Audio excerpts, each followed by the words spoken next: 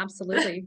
So making that connection from the gut to the muscles and tendons, can you explain just a little bit, not on how nutrition can impact risk of injury? Yeah, there's a couple of really kind of big things here that we can talk about, right? We've got our overuse injury category, which of course is the most common thing that runners are going to run into.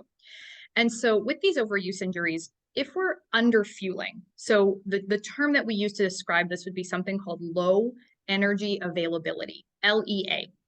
And low energy availability is basically when there's not enough calories coming in, we're not eating enough calories to support our training demands and all of our body's background basic physiological functions. So all the things that have to be running in the background are resting metabolism. And then we also tack on the training that we're doing, the recovery that we need in between our workouts.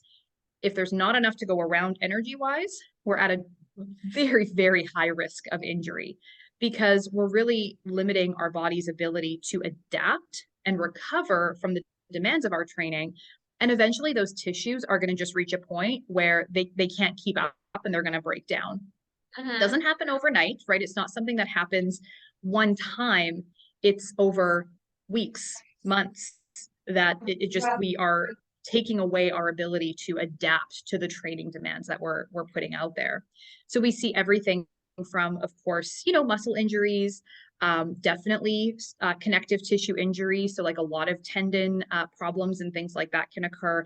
And then also bone injuries. That's a huge one. So it's kind of everything. And hopefully along the way, people are going to notice that their performance is suffering and be able to tune into their nutrition. But again, because of this sort of diet culture world that we live in, it's sometimes the last thing on people's minds that maybe the problem is that I'm just not eating enough to fuel myself. And that's why I'm just getting into these constant injury cycles. Yeah, that is such a great message. And I'm so glad that my listeners can hear this. I treat so many people with chronic injuries, not so much acute injuries, but just like it shows the importance of having a team of healthcare providers that understand everything. So, Absolutely.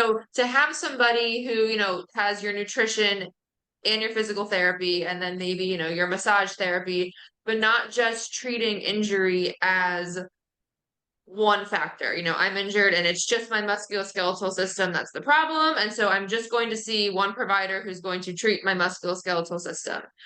So that's excellent, excellent message that a lot of people don't know and probably need to hear in order to Yeah. recover the best way.